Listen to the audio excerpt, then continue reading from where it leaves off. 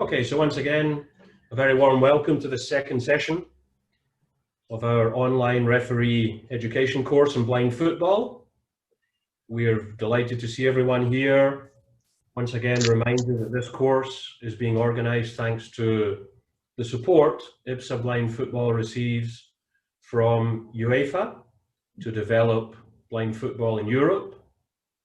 We have many budding new referees from Europe, but also many people from other parts of the world. So, without further ado, I will hand the floor over to a refereeing coordinator, Mariano Travaglino. Mariano, you have the floor. Thanks, David. Welcome, everyone. As David said, I also would like to say thank you to all of you for your time and for your effort to be here so we can go on learning and growing together. And of course, thank you to UEFA for the support that we are receiving to organize this seminar on behalf of IBSA Football. This is the second seminar, as you know. The first one has also been recorded. This is going to be recorded, and the next one is going to be recorded too. So at the end of the 3 seminars, we are going to upload everything, and we are going to inform all of you where you are going to be able to rewatch, re-listen our lessons. If you have any comment, any question, please, as we did in the first session, you can write on the chat, or you can just switch on your microphone and ask or comment. Just to remember, all of you, when I am sharing the screen, I cannot see all your faces. So if you just put up your hand, I am not going to see it. So please do not hesitate in interrupting me. There is no interruption. There are no silly questions. Every comment is more than welcome. So in our last session, we were dealing with the first 4 rules of our rule book, and today we are going to continue. But first of all, before starting with the next law of the game, I want to know if any of you has any question or any comment regarding what we have talked in the first session. Any idea that you had during these days that you would like to share, or any question? Okay, since no.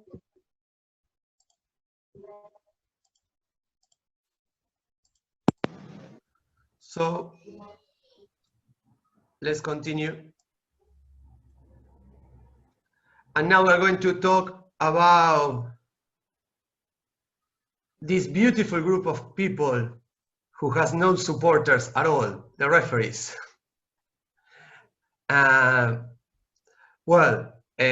Talking seriously, players are the most important in our sport, of course, but referees are needed. If we want to have a professional sport, if we want to have an official tournament, we need to play according to the official rules. That's why we are here. And we're going to start talking about the group of referees that work in a match. In an IBSA official match, we work with 6 referees per match, divided in different categories. I have already talked about this in the previous session, but let's revise it. So we have 2 referees inside the pitch. We call it first and second referee. First referee, assistant referee, as you want. We have the third and the fourth referee outside the pitch, dealing with the substitute benches, working with the substitution, working with the coaches, working with the players who are sitting outside. And then we have 2 more referees working at what we call the control table. They are the timekeeper and the scorer. The control table is, as its name says, a table between both substitute benches where we control different situations of the match. For example, where we have a record of every situation of the match in the match report, where we control the time, stopping and playing the time, for example. So we have a group of 6 referees. Everyone has a different role, but the 6 are very, very and extremely important. If referee first and referee second inside the pitch are working in a perfect way, and they are whistling everything perfect, no mistakes, but let's suppose people working at the control table, the referee working at the control table, are not focused, and if you're in charge of controlling the time and you lose 5 seconds or 10 seconds, maybe you say, okay, that's nothing, that's 5 seconds, that's 10 seconds. But you can be sure that someone from the staff of the teams will realize about that. And they will complain. And the truth is that they will be right, they will be correct. We cannot lose even a second. But what will happen? They will not say, oh, the timekeeper is not working well. The idea, the atmosphere will be the referees are not working correctly. So that's why I say we are 6, we are a team, and every one of us has a very important role. We need to work as a team. So we need to be very focused in our role, and then we help the other referee. Okay? And everything is very important. It's like a chain. If every part of the chain is strong, it works. If one of the 6 is not working correctly, the chain breaks and it's a disaster. So every position is very, very important. Every role is very, very important. David, we have some people waiting. Thank you. Okay. So now I'm going to start working and talking with you specifically about referee 1 and referee 2, and then we continue with the other roles. But let's start with referee 1 and referee 2. Both referees are, during a match, are working inside the pitch. Okay? Of course, both of them has got a whistle because they need to whistle, but there is a difference between referee first and referee second, or referee 1 and assistant referee. Both of them can whistle, of course. Both of them show with the whistle, with the body, the corner, the goal clearance, any kind of foul, every situation. But only referee 1, only the first referee, can physically show yellow and red cards. Okay? So only first referee can show yellow and red card. Does it mean that if the second referee sees something that deserves a yellow or a red card, has to be in silent and do nothing? No, of course not. But he or she communicates the situation to referee 1, and the first referee has the final decision to show a yellow, a red card, or nothing. Okay? Maybe if you are used to 11-a-side, if you are used to be a referee in 11-a-side, it's a similar situation between the referee and the both assistant referees with the flags. You pass the information and the referee inside decide. Well, here it's very similar. Second referee pass the information and the first referee has the final decision regarding the cards.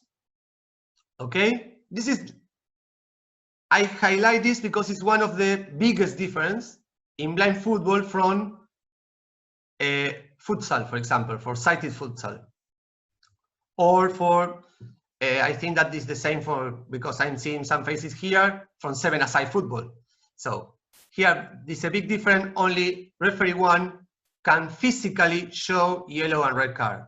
But again, second referee, assistant referee, referee 2 must pass the information to referee 1. It's not that you see a punch and you, oh no, but then referee 2, nothing, P corner. No, of course no. Okay, you pass the information. Then it's a key moment, a very important moment. How are you going to pass the information to referee 1? But that is part of previous referee work when you plan the match. Why I say that? Because very clear, if I am whistling with Fernando, for example, and Fernando, you speak Portuguese, right? And I speak Spanish, so you can communicate. Right. Sorry? Yes, okay, I'm sorry. So we can communicate very easily with our language. But if I am whistling with a person from China, and we both communicate in English, but it's not our first language, and we can have a kind of misunderstanding. So that is a very important and key moment. It's a very important moment to show what we have planned as referees in advance. Because sometimes we always plan a match in advance, of course, but sometimes we talk about the strategy of the teams, we talk about the level of fouls, we talk about different circumstances, if it is a quarterfinal, if it is a semi-final, or if it is a group league match. But we also need to plan, we need to talk how to communicate between each other. Okay? And it's really important, because we cannot be there 5 minutes passing the information. It should be in seconds. So that's according to what you plan. There are a lot of ways. The important thing is that you can communicate. Give you some easy examples. When I have eye contact with the other referee and I make this, that's a yellow. If it's here in the chest, it's a yellow. And if I go with my hand back, that's a red. Because I'm always used to have the yellow on my chest pocket and the red on my back short pocket. So, but that's ways of having your communication. Okay? But again, you are referee 2 and you see something, do something. Don't allow a yellow or a red card not to be shown just because you are referee 2. Okay? Great. Now, let me share my screen.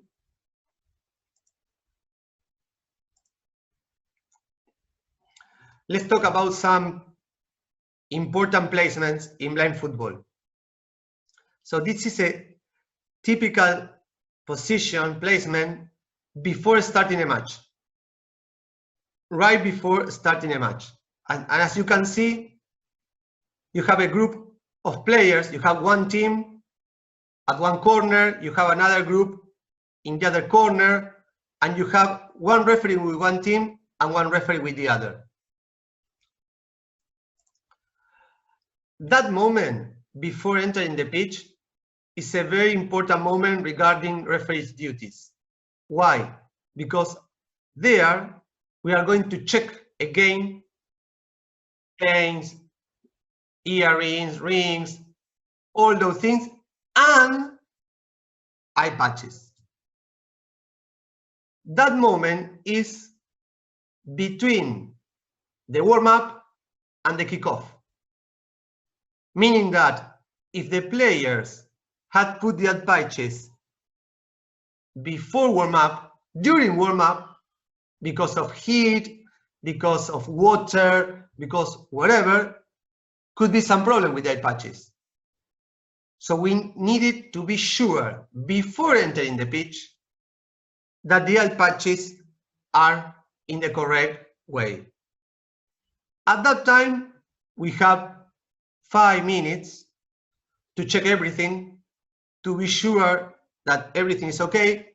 And if not, as I said, we have 5 minutes, so they can replace and they can put everything in order to be ready to enter. But that moment is important. That's why we divide, and as you will see again in the graphic, one referee is with one team and the other referee is with the other team. We are not the two referees together talking in the middle of the pitch. Okay?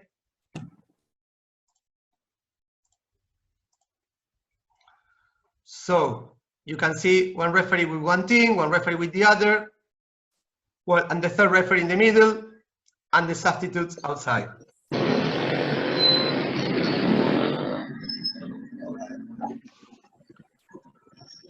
David, can you switch off the microphones? Thanks. So this is also a typical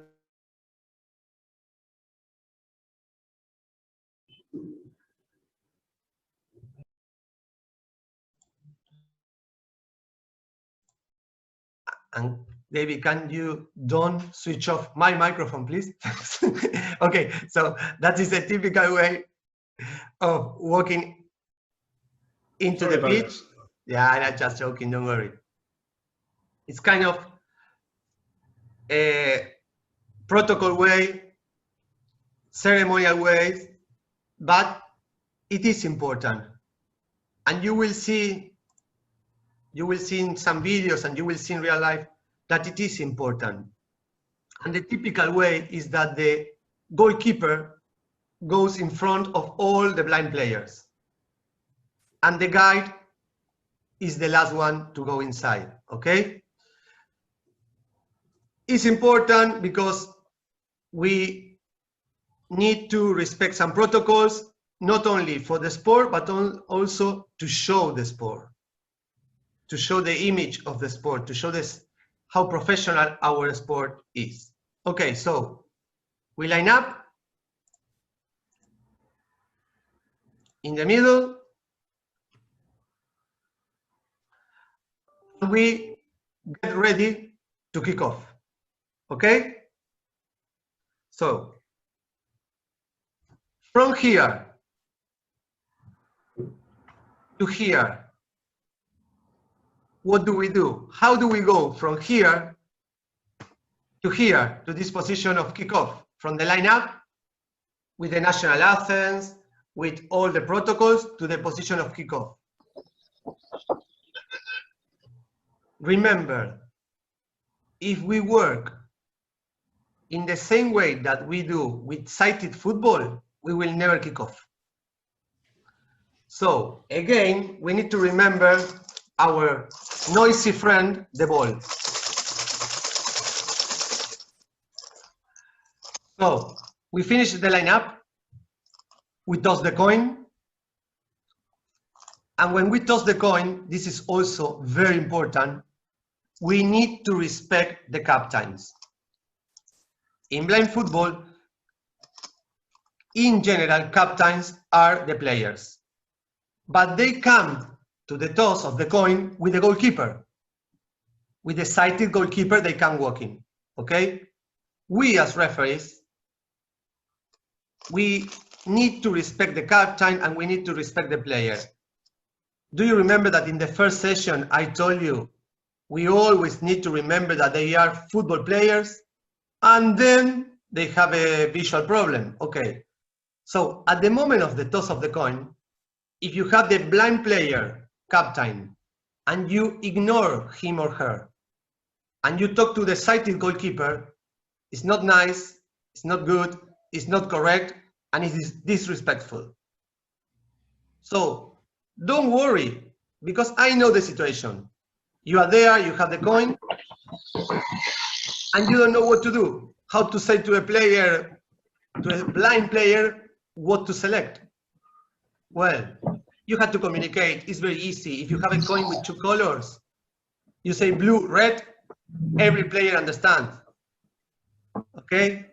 So, if not, the goalkeeper will communicate in the same language to the player, but always talk to the player. Do not ignore the player. Okay? So you make the toss of the coin, you decide who is going to kick off, you decide which sides each team, and then, yes, Tony, I agree with you. If we could close the microphones, I will appreciate it a lot. Thanks.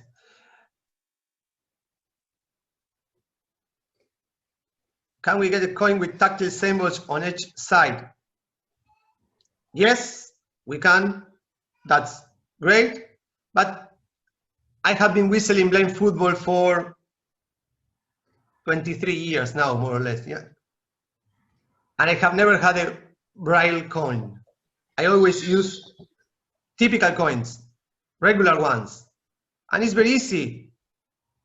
I have one that is IBSA IPC. It's very easy. You can select IBSA or IPC. I have another that is red or yellow. It's not. And you communicate orally to them. If you want to have the tactile one, no problem. But, okay, it's different ways. It's different ways. You have to communicate with them, no problem. But you can be sure that just saying yellow, for example, China, South Korea. I say China, South Korea because are two different languages for me. So I can say China, yellow or red. China says yellow, okay, South Korea, you're red. Okay, and you communicate that. And it's very, very easy. But then the main point is respect the blind captain. Do not ignore him or her. Talking to the coach. So colored toys coin will be best one. I'm just giving my experience. It's up to you. Everything that you can do to communicate with the player during the toss of the coin, more than welcome. But do not ignore him or her. Because at that moment, we don't know what to do. And what we do, okay, we talk with the goalkeeper. And it's horrible. It's disrespectful. Okay? We talk to the goalkeeper because he's the sighted person, he or she. And that's not nice at all. But okay, let's suppose we find a solution, we make the toss of the coin, everything is ready. We know China kickoff and South Korea decide. So we need to start shaking the ball in the middle, calling someone from the team to kick off. Again, it's very easy. We don't need to speak long sentences in any languages. Because if you start in a, maybe, it's not my case, but maybe you can do it in a perfect English. You can start, please, China player, come here to kick off the ball because you need to start the match. Probably they will not understand. But if you say, China, China, China, China, China, or Portugal, Portugal, Portugal, or Argentina, or even England, England, England, every country will understand that. And at the same time, the other team, the other players will listen. Where is the ball? Where is the center of the pitch? And will start positioning themselves in the right place or in the place that they think is the best one to start the match. Okay? And at that moment, when we are sure that we have one player with the ball ready to kick off and everyone in placement, we need to check that all the opponents are, first of all, on their own half. And second, 5 meters far from the ball. At least 5 meters far from the ball. Okay? Of course, we have the center cycle. And that allows us to measure 5 meters from the ball. So use it and be sure that no one is inside the center circle. Okay? And then before kickoff again is the last time before whistling that we are going to check the eye patches. So at that moment, when we are ready, let me just a second.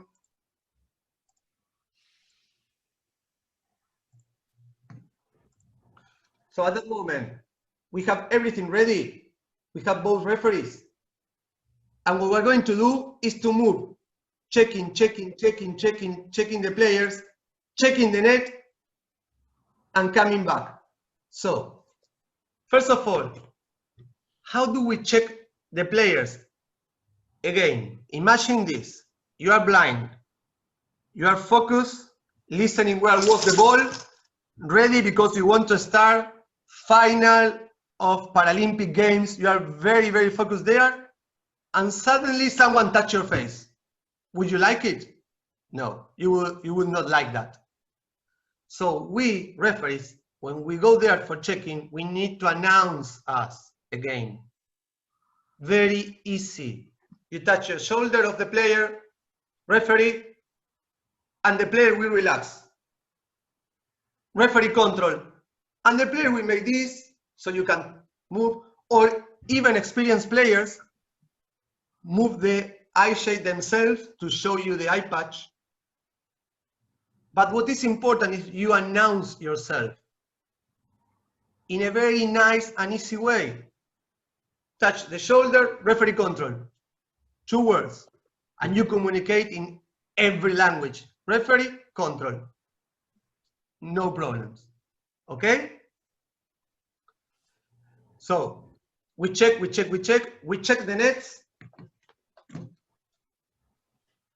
And we go back until the 12 meters line. Do you remember that the pitch is divided in 3 zones? So we go back until the first 12-meter line. PPP, keeper, guide, line. So you announce. Of course, they know the rules. But we show them that we are going to be aware of the situations, okay? So they know what's going on, they know that we are aware, we have already passed the information to them. And next time, if we whistle during the match that you are talking outside your zone, no one can complain, okay? And again, don't need to speak a lot. PPP, you call the attention to yourself. Keeper, goalkeeper, guide, line is clear in Argentina, in Ireland, in Oman, in Japan, everywhere. There are no problems. Okay? Then we go to the center cycle. And in the same easy way, referee 1 communicate to the coaches. Coach, lines. It's very easy. Coaches know that, guys know that, goalkeepers know that, but it's always very useful to make that so they can remember, just in case, okay? The truth is that they know that, but now they are also aware that we are going to be controlling, that we are going to be paying attention to the situation, okay? Then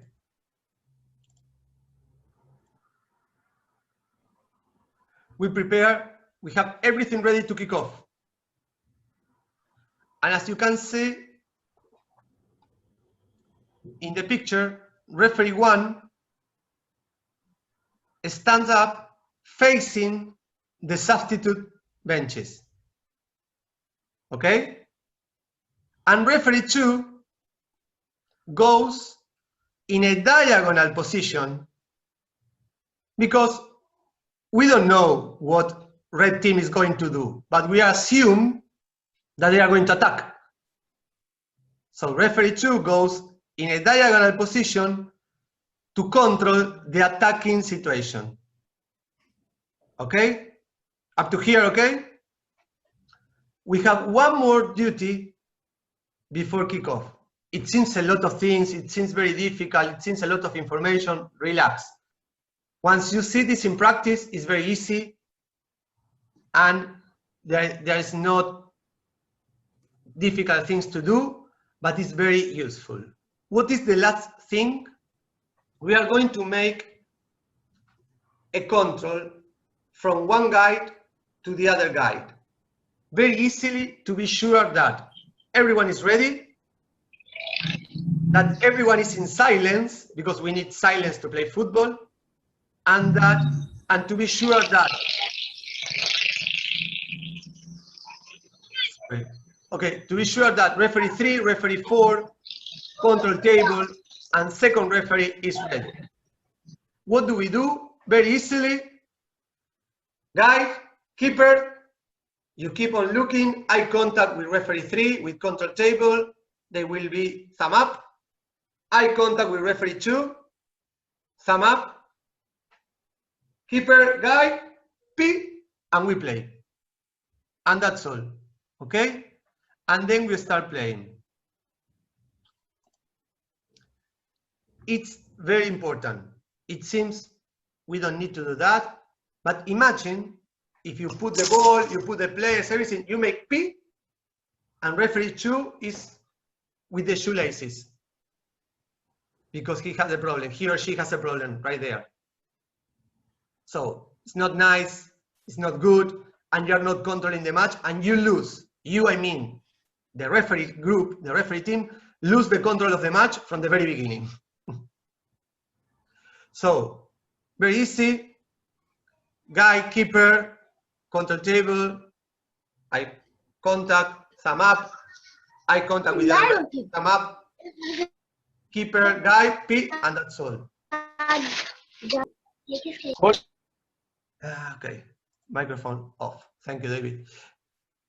And let's see, I have been talking and I see that there are a lot of comments on the chat. Let me read if there are some questions.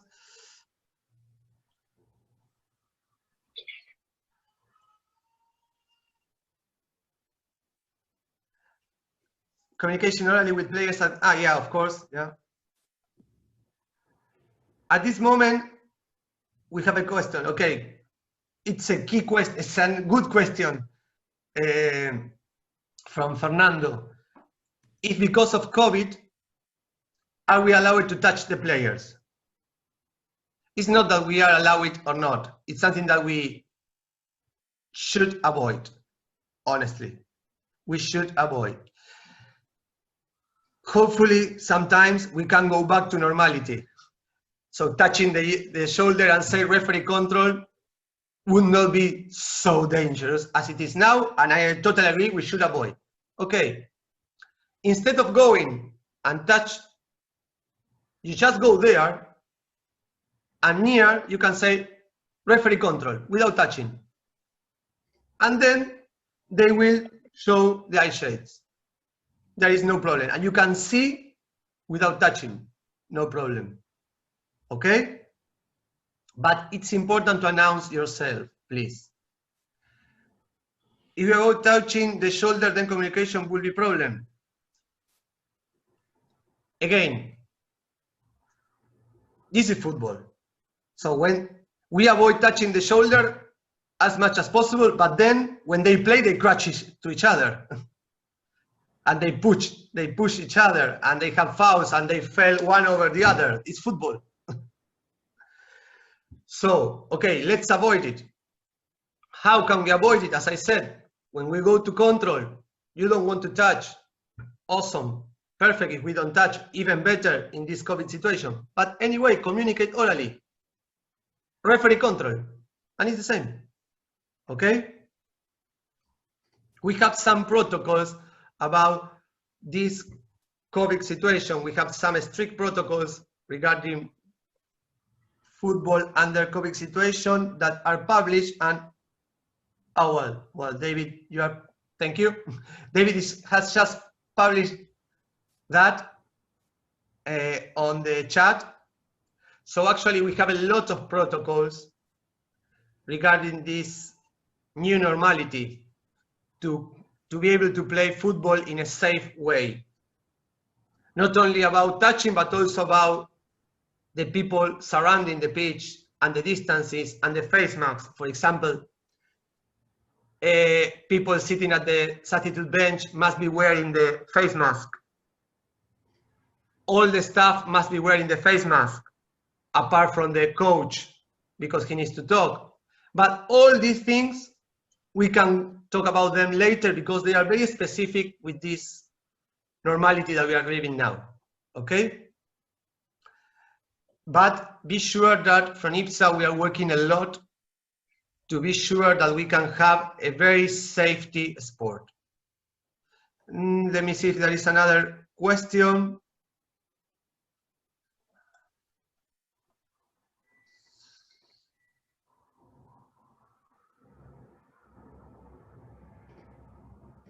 Communication.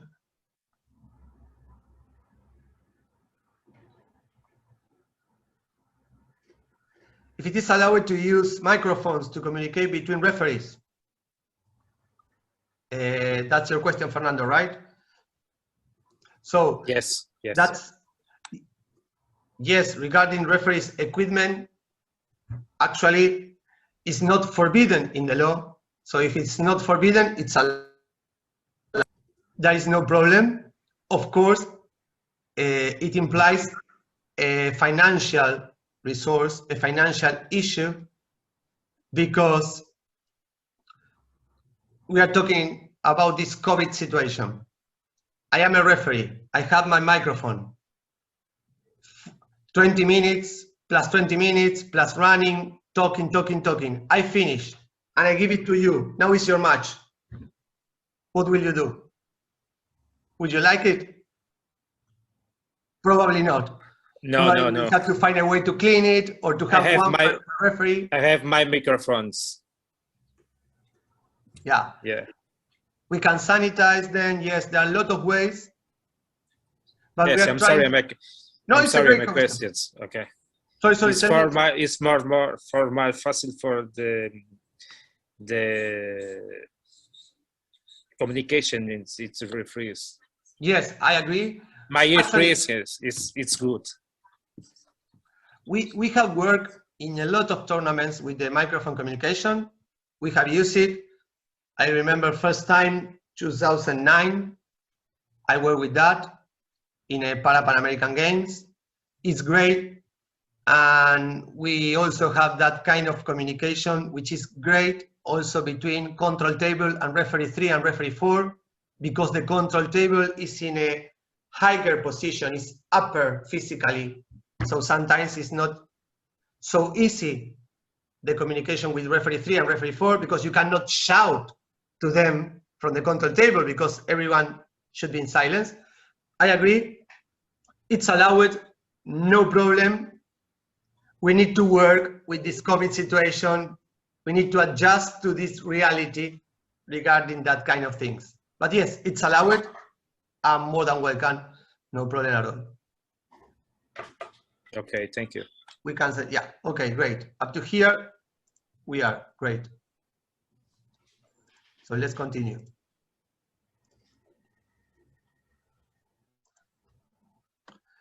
So let's see a video so you can see what we have been talking about, and you can see a lineup.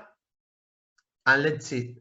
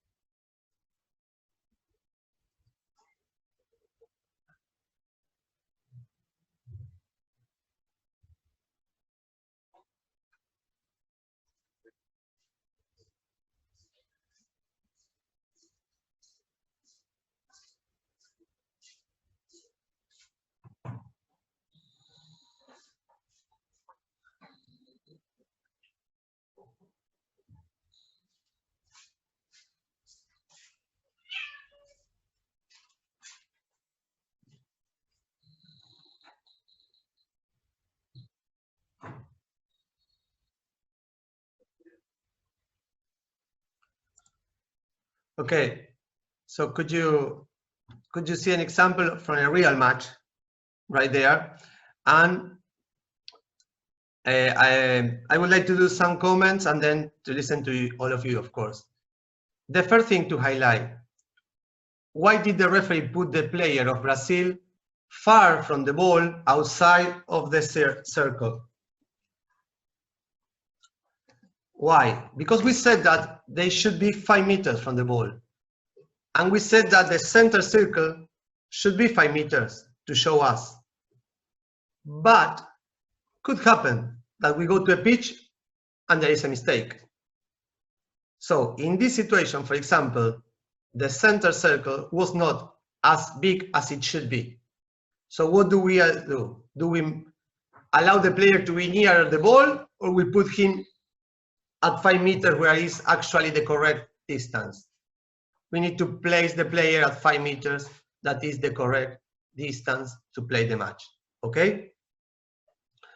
Then you can see the procedure. You can see the way that the referees control the players, control the nets, show the coaches the lines. And there was a moment where the referees go and shake hands with the coaches. That is totally optional. It's up to you, of course. It's not part of the rules. It's not part of the procedures. It's a nice way. It's a good way to start a match. It's totally up to you. But something very, very important. If you shake hands with one coach, shake hands with both. Okay? I like a lot René van Oefel as a coach, but I hate Sky Arthur Banner. I cannot go and shake hands with René and ignore Sky. That's not a good way to start a match, okay? So seems something easy, seems something obvious, but if we don't pay attention, we are going to start not with the right foot working on the match, okay? So, have you got any question about the video or about what I have been talking? No shaking hands right now. Yes, of course, that's part of the procedure that we are talking. The center cycle, 5 meters in the video, you show it. Yeah, no shaking hands, as is David's comment. That's true. You know that we all want to go back to normality, so we try to to think that once we are going to be there again and we are going to work according to that. But yes, of course, right now shaking hands is totally out of the table with players, with coaches, with everyone. Okay? Any comment, any question about this? Can players score a goal from the kickoff? Yes. No problem at all. It's a free kick. No problem at all. Yes, they can.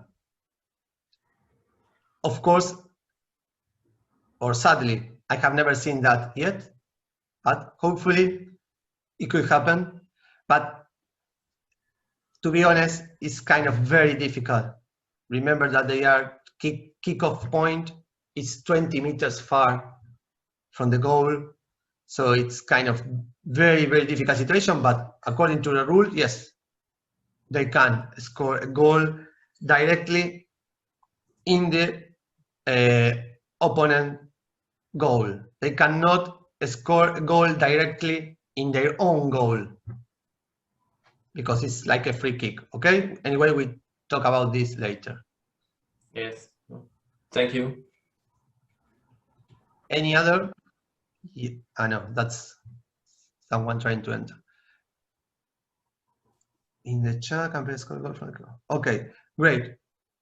So what we're going to do now, as we did in the previous session, we're going to have a couple of minutes break, and we are going to continue after this break. So can we meet again here at 2 p.m.? Sorry, not at 2, at 7 for you, 2 for me, 7 for you. Okay, so in 10 minutes. Let's meet here again in 10 minutes. Thank you.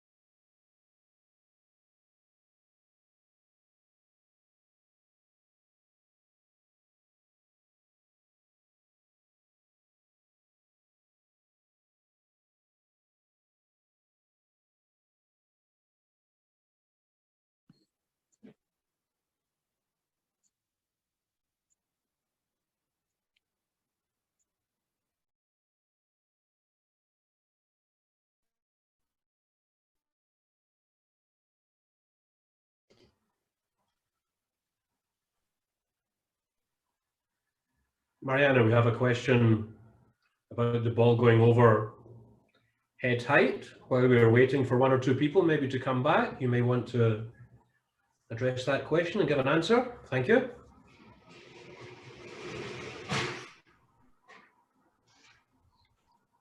Regarding we should not hit the ball above the head, that's what you mean, David? Sorry. Can the ball go above head height, I think is the question. Can I explain? Okay. Why Yes, don't please. Yeah, that's what. Like while kicking the ball, I used to see that the players are playing only on the ground level. The ball won't fly over them. Is it okay? Like we kicking the ball over them? Is it allowed? And can they handle it? Okay, so if it's okay if they play the ball at any height, meaning they play the ball rolling at the ground level, or they make a long pass with the ball on the air, for example, is that your question? Yes. Both options are okay, no problem at all. It's up to them. It's totally up to the players. Some goalkeepers has as a tactic to throw the ball with the hand to the air, up, and then down to a specific part of the pitch where they have already practiced with the teammates. The thing is that why do we in general see that the ball is rolling at the ground level? Because when the ball is moving, it sounds. When you make a long pass and the ball is in the air, it doesn't sound until it bounces. So it's very difficult. At least you have practiced a lot of times and you really internalize the movement. It's very difficult to know where the ball is going to be. So actually, it is allowed. Yes, it is a tactic. It's a great tactic. A lot of teams are doing that because the opponent has no idea where the ball is going. We as referees, no problem. We allow it. Yes. I have another question. Yeah, if there are two players, right, A and B, are you here? Can you able to hear me? Yeah, if there are two players A and B, and if A sounds B's name, and if it shoots the ball over the height, is that allowed by calling by their name? Sorry, I lost one part. So yeah, one like player has got the ball. No, the A and okay, B are I understand now. When you make the pass, you call. Yeah, I'm passing the ball to Margaret. B. Margaret's on the other side, so I shout Margaret and I pass the ball. That's if it is allowed. Yes, it's allowed. Between players, they can communicate saying their names. No problem at all. If that way of communication does not interfere in the sound that they need to play. So if I am playing and I said, Margaret, and I pass the ball, no problem. If I am playing, I say, and I pass the ball, and that kind of sound doesn't allow the players to listen the ball, does not allow it. Okay? Good.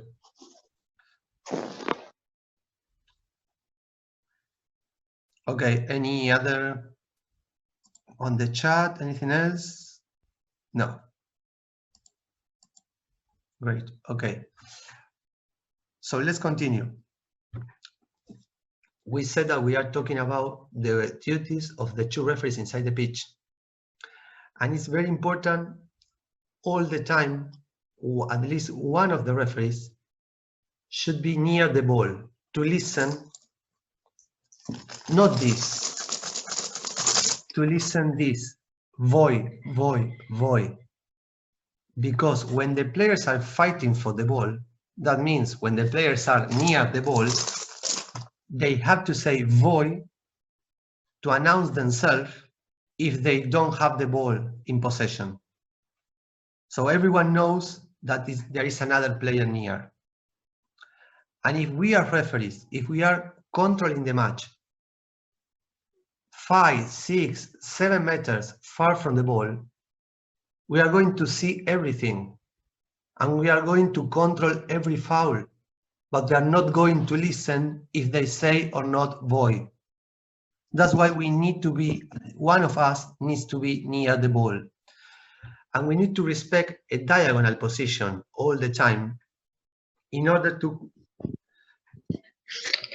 then I go to the question, let me finish this. In order to be sure that we are listening the ball and we are also controlling everything that is happening. That's why one referee is right there near the void or no void situation, and the other has got more a panoramic view, so they can control everything happening around the pitch. Let me see, there is a question. When they are near the ball or when they are going towards the ball, they should say void. We are going to talk about the rule, the void rule later, but to highlight, they need to say void, to sum up, sorry, they need to say void anytime that they move. Yes, but wait.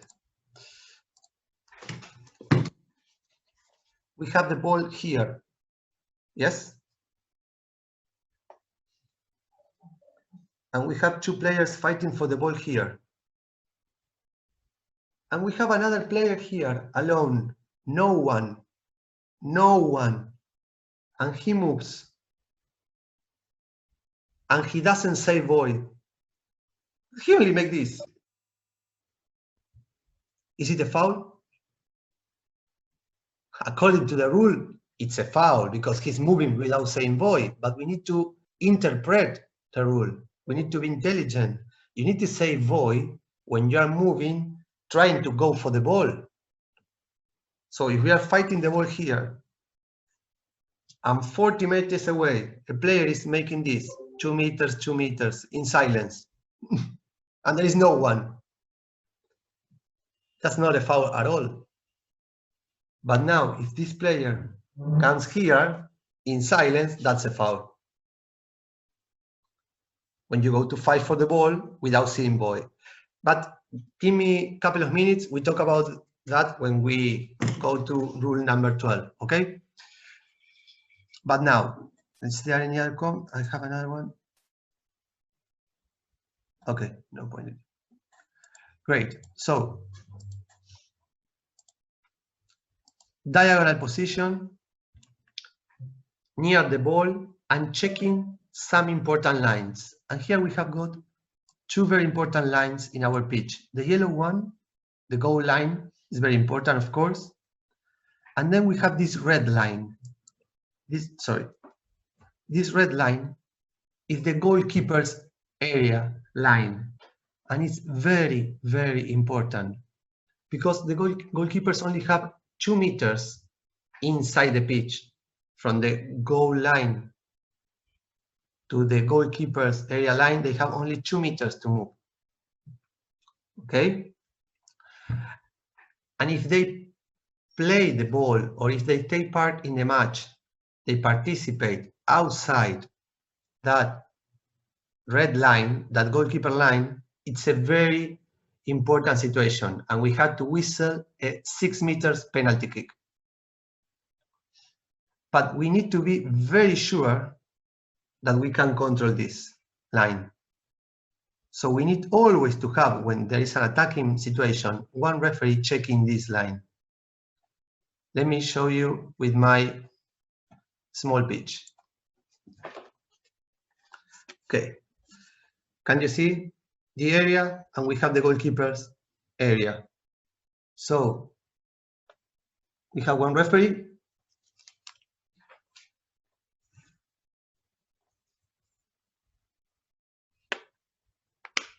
So you have this situation. Attacker player with the ball, goalkeeper, referee, and referee. Diagonal position? Yes, diagonal position. Good position? No, because both referees are seeing the same. Both referees are following the situation from behind the kicker. So how can we improve this? Having one referee here. So now we have the diagonal position. We have two different points of view, from behind and from above the kicker. And one referee is checking if the goalkeeper touched the ball in or outside his goalkeeper area. It's a detail, small detail. We are talking about a line. So where is the hand of the goalkeeper? Outside or inside? You can tell me, well, it's okay, so. It's not okay. It's a huge difference. It's a penalty or no penalty. It's a huge difference. If the goalkeeper is right there and touch the ball outside, it's a penalty. That's why we need to control this line, and we need to be sure what we are whistling.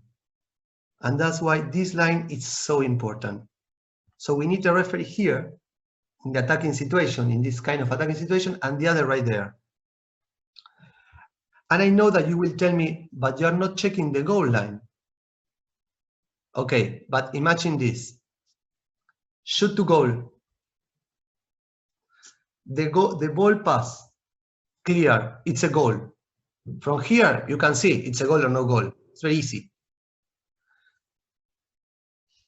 The goal pass, the goalkeeper has to turn around and jump to stop. And let's see, he stops inside or outside, we are not sure.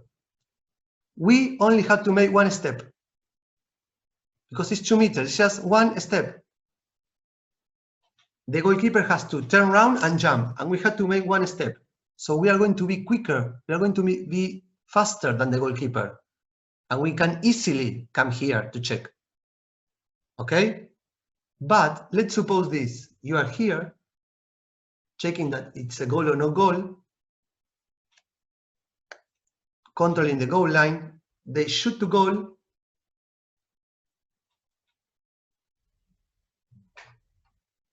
Where has the goalkeeper touched the ball, inside or outside? It's impossible, we don't know. In real life, we don't know, because from here, you cannot see. You cannot be sure. You have the back of the goalkeeper. From here, you have a diagonal position. You cannot be sure. So it's very difficult to control. But if you are here, you are sure if it is outside or inside. Okay? That's why this line is so important to be controlled at any time. Okay? At every time, it's very important to control. And then we have time, if the ball pass, to make just one step and check here if it is a goal or no goal. In general, most of the goalkeepers play almost at the limit. They do not play right there in the goal line. They go here. So that gives us time to control and to make one step and to control the goal line if the ball pass. Okay?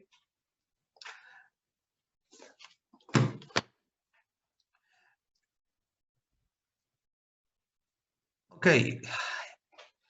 People love showing cards. Okay. There is a question.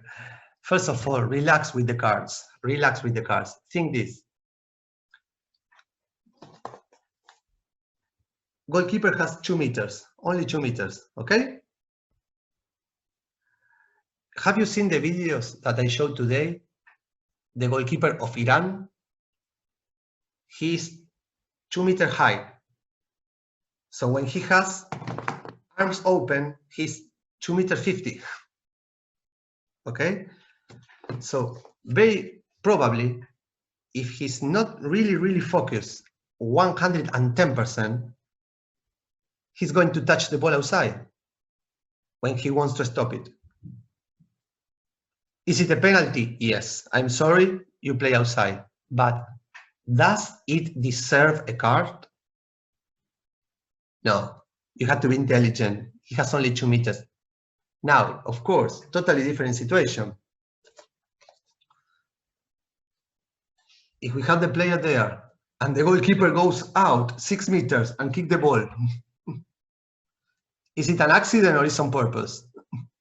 It's totally on purpose. So that's a penalty and that's a card also. But the typical thing, this never happened. Honestly, could happen once in 1,000 years. But the typical thing is that they are here and they only put the hand or 1 foot outside, not on purpose, by accident, but they stop the ball outside. And that's a penalty and more than enough. Not need to show a card at all because it's an accident. We need to interpret that. We need to be in the goalkeeper's place also. We always say we need to think and we need to be in the blind football player place. Okay, also in the goalkeeper. You are 2 meters high. You have very long arms. You are all the time like this because you don't want to go outside. Just by instinct. And it's a penalty, yes. But the card is not necessary at all. Relax with the cards, okay?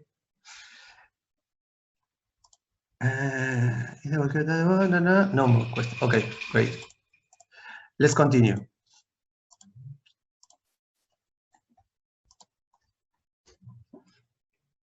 We talk about the diagonal position, and here you have a clear example of diagonal position, controlling the goalkeeper's line, which is so important, and taking control of everything.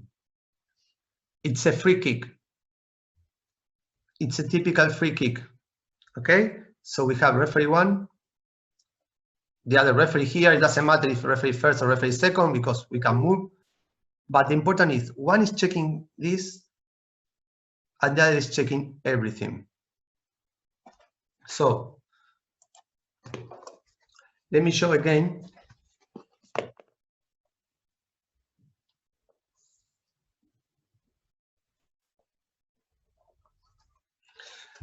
This is the situation on the image, okay? Free kick, defend the barrier, goalkeeper, referee. Diagonal position, perfect. Yes? Typical situation, they play and maybe red has the ball and now red advance. So what do? We keep the diagonal position and it's very easy. I move and the referee moves. And red goes and the referee moves and the referee moves. And we have a diagonal control.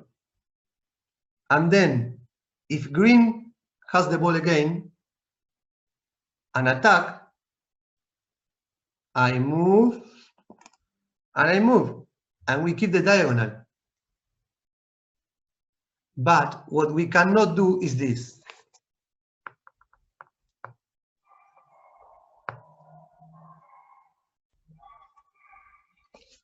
Again, we had the free kick, everything correct, diagonal, shoot, red has the ball, red attack, and this referee here. And red attack, and this referee here. This referee is near to see, near to listen. Yes, of course. But this referee will have to run 35 meters to go to a diagonal position to control everything. Because if the referee stays here in diagonal, we are both controlling from behind. So he goes, and this referee run. And then green recovers again the ball. And green comes. And I stay here because I can listen and I can listen and I can see. So I control. And Fernando has to run 35 meters to the other side now to control everything. So we need to avoid that. How do we avoid that? Keeping our diagonal movements, okay? And you need to be intelligent. Let's suppose that red is attacking. So red is attacking, you keep moving backwards. Red is attacking, you move backwards, the other referee comes, and you're here. And you say, oh no, what can I do? Okay, let's do this. I run here so I can control. This is extremely, very dangerous. Because when you make this movement, the player can kick you, kick the ball, and the ball will crush you. And also, you make this, and then the other referee has to run a lot. Instead of that, if you keep moving, what can happen? You go out. No problem. And if the player goes out, no problem. P, goalkeeper. That's enough. And you have no risk of being crushed by the player.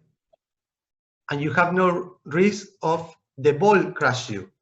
Why? Because maybe now it's not easy to imagine, but when we are whistling in blind football,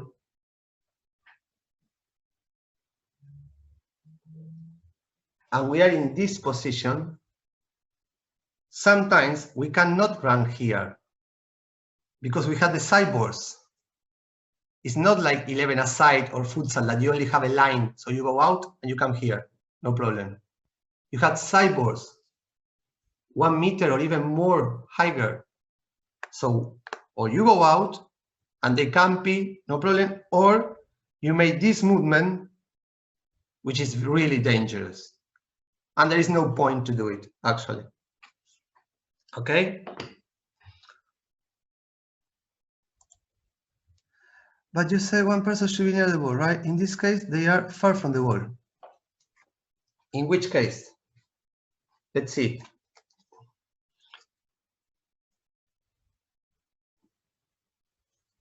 Again.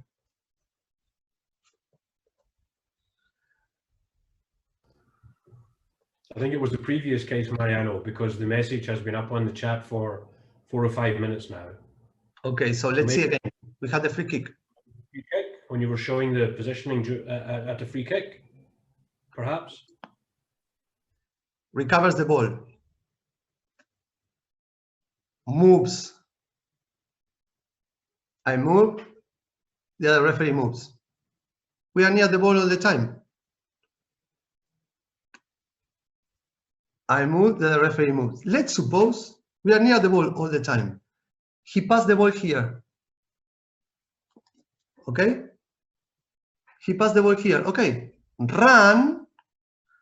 And this run, keep the diagonal, control the line that we said, the red line that is. And as you see, we are all the time, we have all the time one player near the ball. Let's suppose that now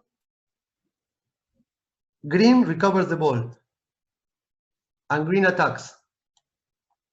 So I move backwards, the other referee comes, diagonal position again, one referee near the ball, and we are checking. Okay, they pass to the other side. Okay, run quickly, be near. They are attacking, come to a position to control.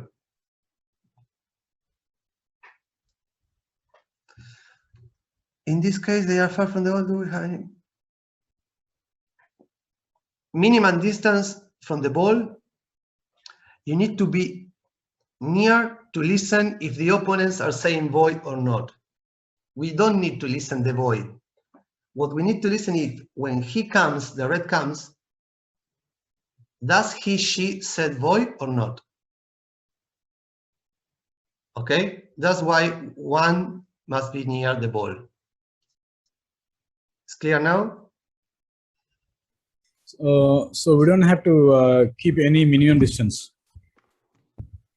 Minimum distance. If you are right There's no. next to the ball, the player is going to crush you. That's So what. it's- So we don't have any minimum distance, but we have to maintain in a way such we hear the ball and we hear the voice of Y. You don't need to hear to listen the ball at all. You need to listen At all. voy, the voy, Only that. not the Okay. ball, the voy, voy, voy, go, go, go. That's Understood. what you need to listen. Okay. Okay. Thank you. Thank you. Problem. So again, now in attacking position, and you can see one referee following the attacking position and the other checking the line.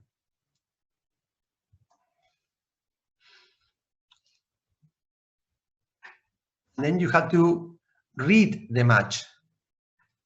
When I said read the match, if they are playing all the players like in the middle fighting for the ball, the diagonal of the referee is going to be like a closed diagonal.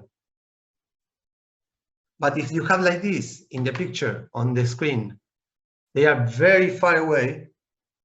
So the diagonal of the referee is going to be a long diagonal to control everything. Okay? Here we have another examples of referee placements. The corner kick. One referee near the ball at the corner, and the other referee on the other side checking the goalkeeper's area line. Okay? And here there is something very, very important. So we have a corner, let's suppose. Ball go out. Okay? It's a corner, remember. China, China, China, Portugal, Portugal, whatever. You place. Players. Player. Referee. The other referee controlling this line. Okay? Well, this is a typical example, 2 players, because it's the typical corner in blind football. 2 players of the same team right there, one touch the ball and the other keeps on playing.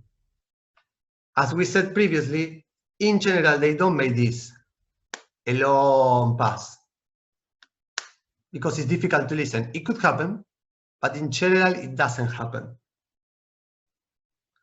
Why here, the referee? Why not here? Why not here? So, first of all, why not here? Because then when you want to go inside, you have the side ball and it's kind of difficult. Why not here? Because you said, okay, I'm here. He's here, diagonal, everything perfect. In a real match, you will have not only red kicking the corner, but also green defending the corner. You will have the opponents, okay? So when they move and red moves to find a way to shoot to goal and green comes, this will happen. You will be right there in the middle. You don't say boy, you don't have a ball, so what happened? They crash you. And who is the fault? It's your fault, it's our fault, it's the referee fault. But in the same situation, if we are here, when they move and the opponent comes for the ball, you only move. So you are right there and you listen and you check. And if, let's suppose that he comes back here, again, you come. And you go out, and then you can control everything. And you are there, 2 meters, 1.5 meters near the ball. You listen, you see, and no one crashes you. And then you go inside again.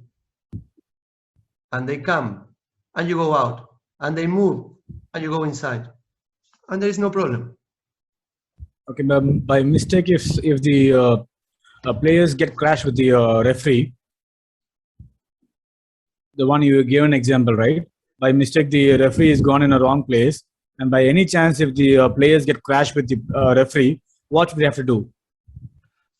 If a player crash a referee, that's yellow card for the referee because you are in a very wrong place. That's okay, so we get a card. Okay.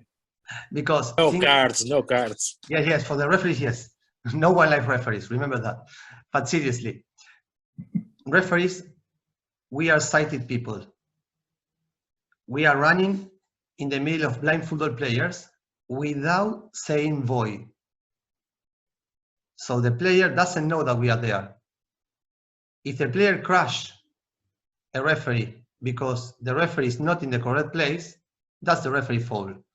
And actually it's very serious because a player can be injured because of that situation. Okay? So it's very important for the referee to be in the right place, to be near the ball, to be in a diagonal position, to be looking, to be listening, and to be paying attention at your back.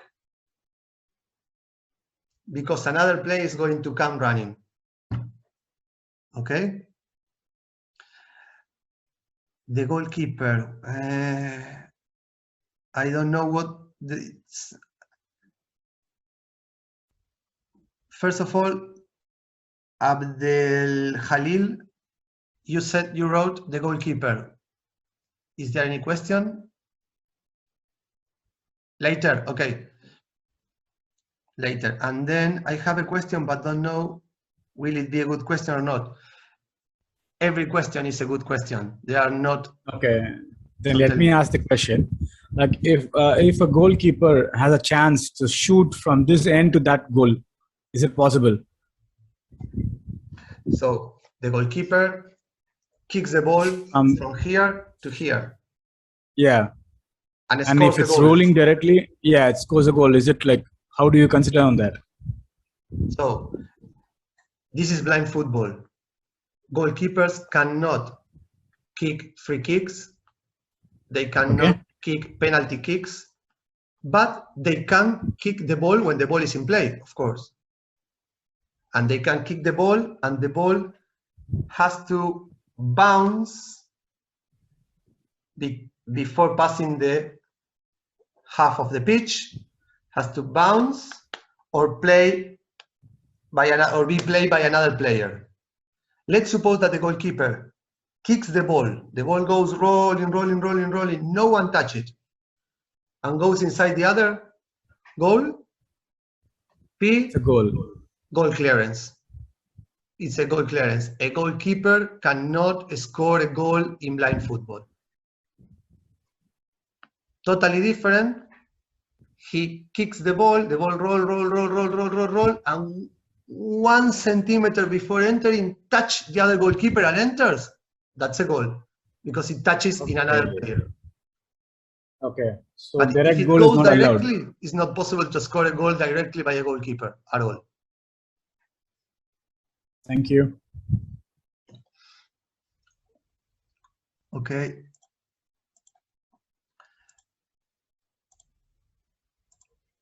So here we have the image that I told you about the corner and how to deal with that when the ball moves, because this is the big problem that we have in blind football, sighted football, futsal, whatever. The ball moves, and when the ball moves, the players move. And then we need to find how to be in a good placement to deal with the match. We as referees had to find where to be to control everything. That's why these kind of placements are important, because they are not just because we like it, or they are not just to show off or whatever. They are because after matches and matches of experience, we realize that these kind of places are the best to control the match. Okay?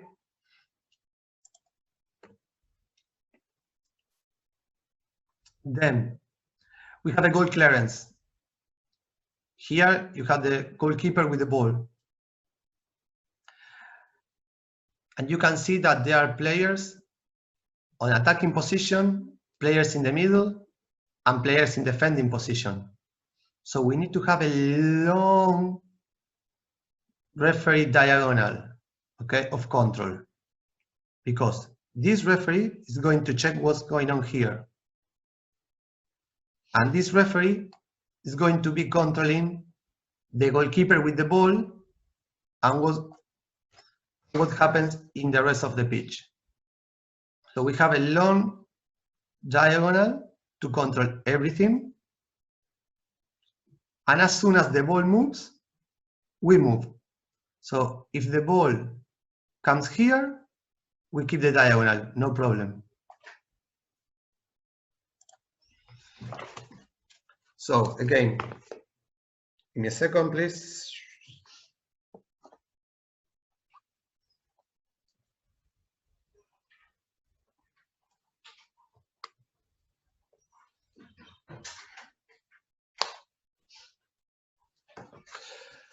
So we have this option.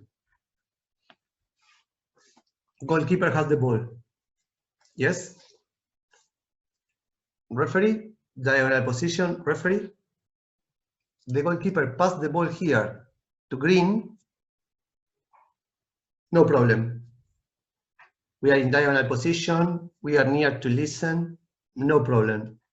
We continue playing. They move, we move. Okay?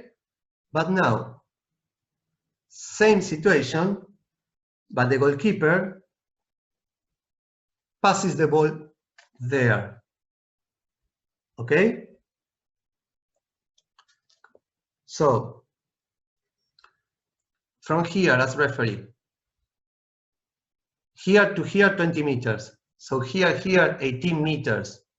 Can I see? Yes. Can I control? Yes.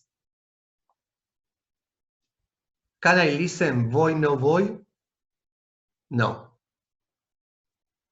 So, what can I do? We need to plan in advance what to do. So, we have two options. This is one option. I come very quickly here, and he or she goes. So we keep the diagonal. Okay? But in general, what happens is this. So when I want to come, the other player comes and I have nowhere to pass. So I stay here, the other referee is here. We are like in the middle, it's difficult. So which is the best option? As soon as the goalkeeper passes the ball here, very quickly, we change sides. Okay? It's very quickly. We run here. In this part, there is no one, so I can run 18 meters very quickly. And we are sure that he's not going to pass the ball back, because according to the law, he cannot. He cannot give the ball back to the goalkeeper. He has to go forward. And if we pay attention and we practice and we organize in advance as referees team, we can do it very easily. Very quickly, we can hear and the other moves. And it's very easy to keep being near the ball, listening and controlling everything. Okay? Questions about this? Comments? Great. So we have seen some fixed positions when we talk about the lines that we need to control. We talk about free kicks and the diagonal position. We talk about attacking, long diagonal positions, corner kicks, goal clearance, now we're going to talk very briefly about referee language. Do you remember that I said we need to communicate to everyone and we need to communicate to every player in every team using all of us the same language? The whistle, PPP, PPP, PPP, P is very clear, we communicate. But of course, we need some words. And with these 5, 6, 7 words in English, we can communicate to everyone. Why in English? Because the official language of IBSA and the official language of IBSA is English. And also, you will see that the words are in English, but are international words. So, in every language, players will understand corner, corner, corner, corner. It doesn't matter how you pronounce it, they will understand for sure. Substitution, substitution, substitution, they understand. Keeper, goalkeeper, silent please, silent. Timeout, 5 meters for the distance. With these words, you can plus the whistle, you can communicate with every player in every national team in every country without any problem. They are keywords.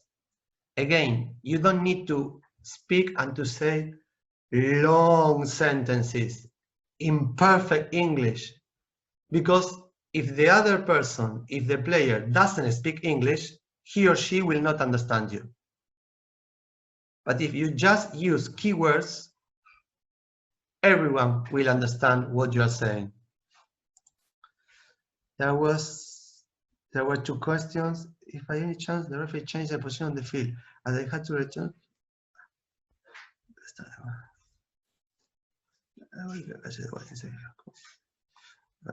Okay, so one by one. Fernando, if by any chance the referee changed their position on the field as they have to return to the starting position, can you clarify me your comment, please? Because I don't get your question.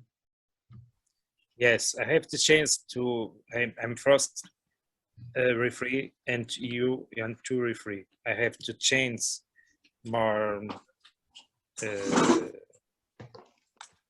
Placement. Yes, okay. The thing is, I have to start for position for, I'm first referee and you 2 referee. You understand me? Yeah, first referee, second referee. Yeah. It's just a protocol for Okay. 2 things: showing the cards and signature of the match report. Okay. The final responsible of the information in the match report is the first referee. Okay. The first referee is leading the team of referees for preparation, for everything. So, I mean, I am the referee coordinator. The match is at 3 p.m. and the referees arrive 3:30. I'm going to be very angry. I'm going to talk with the first referee, because you are first referee as an honor to be a first referee, but also as a responsibility. You have to lead your team somehow for all the previous preparation, okay? Then inside the pitch, referee 1 and referee 2 are referees. You whistle everything. It doesn't matter if you are on one side or on the other, if you have to move or not. The only thing is who shows the card. That's the only thing. Okay? So if you are first referee, when you receive the appointment, it doesn't matter if you are on the left side or on the right side, because you have to move during the match. Okay. All the match, you will show the cards. And I am the second referee, all the match, I will never show a card physically. I can pass the information to you and you do what you think is the best. Okay? Yes, I understand. Yes, I understand. Is it a foul for a player to pass the ball back to his goalkeeper? Yes, again, we are going to deal with all the fouls and misconduct later. But yes, the main idea is that you have to attack. So if you receive the ball from your own goalkeeper, you cannot give back the ball to your goalkeeper. Of course, there are some exceptions. Very quickly, I receive the ball from the goalkeeper. I have the ball. Then the opponent comes. The opponent fight with me for the ball, and the opponent has the ball. Then I go, I recover the ball. Then I can give it back to my goalkeeper, because actually it's not that I receive and give back. I recover the ball from the opponent. And the goalkeeper can play the ball with his or her feet, not with the hands, because I pass to the goalkeeper the ball. But we are going to deal with that later. The goalkeeper catches the ball inside his court, but these feet are outside the line. Okay, again, to clarify this, then we talk again later during the fouls law of the game. I said that it's a penalty if the goalkeeper participates outside his goalkeeper area or plays the ball outside his goalkeeper area. So if the goalkeeper catches the ball with the hands inside his or her goalkeeper area, but let's suppose because he flies to catch the ball, he goes down with the ball inside the goalkeeper's area, and both feet go outside because of the movement, okay? And the ball is inside. He or she has the ball inside. The feet go outside, and the feet doesn't touch any player because there is no one there. That's nothing. We continue. Okay? That's nothing. Like because is he playing outside his goalkeeper area? No, the ball is inside. He stopped inside. He put the ball inside, but because of the movement, 1 foot or 2 feet go outside without touching the ball, because the ball is inside with him, without touching an opponent, so it's nothing. Okay? It's different if he flies to catch the ball, and when he falls down, he's outside the area. Well, sorry, that's a penalty. Okay? Think like in sighted football. Sighted football, the goalkeeper handles the ball inside the area, and the feet are outside. Is it hand? No. But the feet are inside, and he touched the ball with the hands outside the area. Is it the hand? Yes. So it's similar way. Okay? Perfect, great. Any other question about this? No. Awesome. We are 10 minutes to finish today's session, and we still have all the fouls for the last session, of course on purpose, so you have to attend the 3 sessions and you cannot skip the last one. But before finishing, I would like, if you want, to ask you a favor, if you can, and if you want, of course, switch on your cameras so we can take a photo of all the participants in order to publish in our Facebook and our websites and everything. So we have 2 screens. If you switch on your camera, I will take a photo of the first screen and then the other.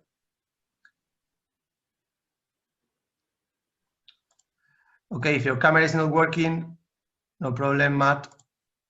It's okay. Okay, almost ready. Give me just a second.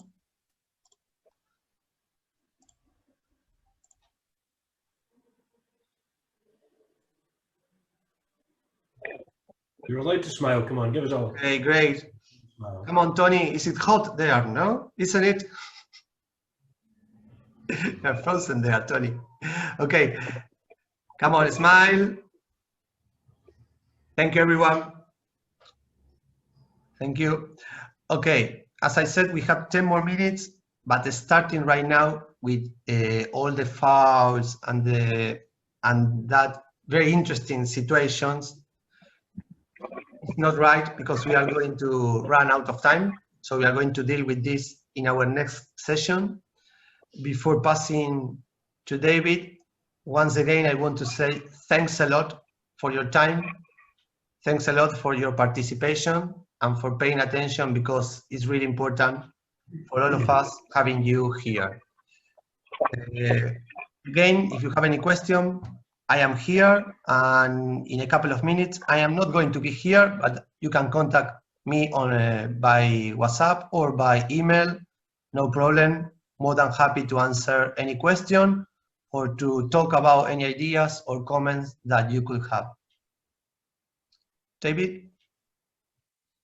Yes, thank you, Mariano. Another great session. Thanks everyone for your attention, for your questions, your comments. Maybe Mariano, I know this is a bit of a surprise for you, but we do have a few minutes. We've been focusing exclusively on B1 football, on blind football, on football for totally blind players. Maybe we can take 5 minutes to talk about partially sighted football, which is also an IBSA sport. So what we call B2, B3 football, or football for players who are partially sighted. Mariano, could you maybe just very briefly in 5 minutes, and we have other people on the call, I think, who could also do this, but maybe you, Mariano, could just in 5 minutes explain the main differences between FIFA futsal rules, standard rules for fully sighted players, and IBSA B2, B3, or partially sighted football rules. I put you on the spot, Mariano. I hope you're okay with that. No, no problem, no problem. But of course, we also have, if he's still connected, Tony, are you there? Well, we have Tony, I don't know you're there, but okay, don't worry. Tony is also an IBSA referee with a lot of experience in partially sighted football. So if you want to join, more than welcome. Regarding partially sighted football, big differences from futsal, FIFA futsal, as a general view. Well, first of all, from B1 football, partially sighted hasn't got sideboards. So partially sighted is played in a pitch exactly like FIFA futsal. Partially sighted, you can shout, you can talk, you can make noise like in FIFA futsal. All that regulations that we have been talking about and that they are from B1 had nothing to do with partially sighted. Partially sighted is played with the ball with no sound. It's a regular ball, but it should be of a color that allows the player to identify the ball very clearly from the surface of the pitch. Because if you are playing, let's suppose, in a pitch that the floor is painted with blue paint, and you have a blue ball, it's going to be very difficult for the B2 or B3 players to identify the ball. So the surface of the pitch, the lines, and the ball should be very clear with very different colors. Regarding the facilities, we need to avoid sunlight. That's why we play indoor and we cover all the windows, because you know that sometimes sunlight touch your eye and you see with some black spots for a couple of seconds, but the people playing partially sighted football, if they receive that sunlight, they can be maybe, according to what, I'm not a doctor, but according to the visual problem that they have, they can be more than just a couple of seconds without being able to see the ball in this case. And also, sometimes the sunlight, if we are playing on a wooden surface pitch, you see that when you play and the sunlight goes there, there is like a spot of light right there. And that can be not good for partially sighted players to identify the ball. As a general rule, what we have is that the goalkeeper has to remain inside his penalty area. Not goalkeeper area, but penalty area. And then it's extremely similar to B1 football according to the rules. Of course, we have a special rule book for partially sighted football, which is published on our website. I don't know if you have published the link, David. Well, we can share the partially sighted rule book. And well, sadly we lost Tony, but the good thing is that we are working a lot to develop partially sighted football all around the world. So we are having... I'm here.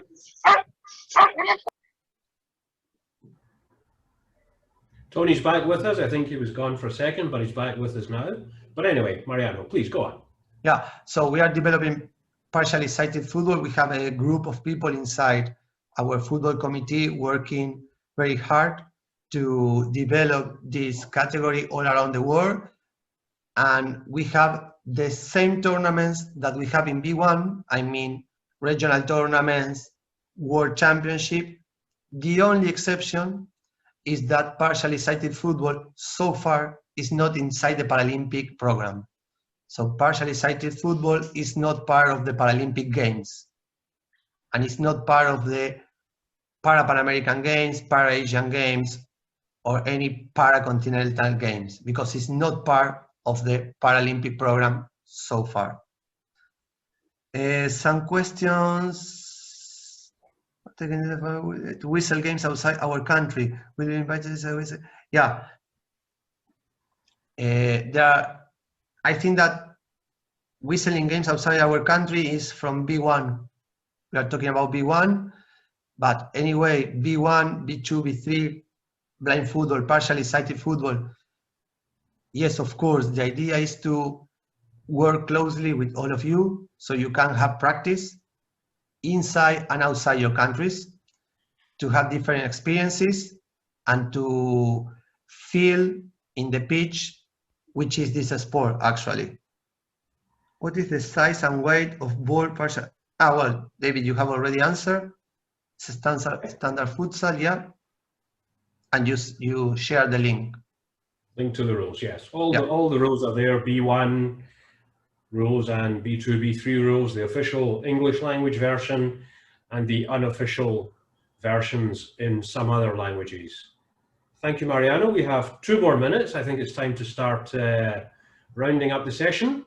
So thank you everyone for being with us for 2 hours again this evening, this morning, this afternoon, or if it's nighttime, wherever you are. Mariano, excellent. Thanks very much for all your hard work and for explaining the rules. Just a reminder before we finish that our 3rd and final session will be Monday, May 17th at the same time.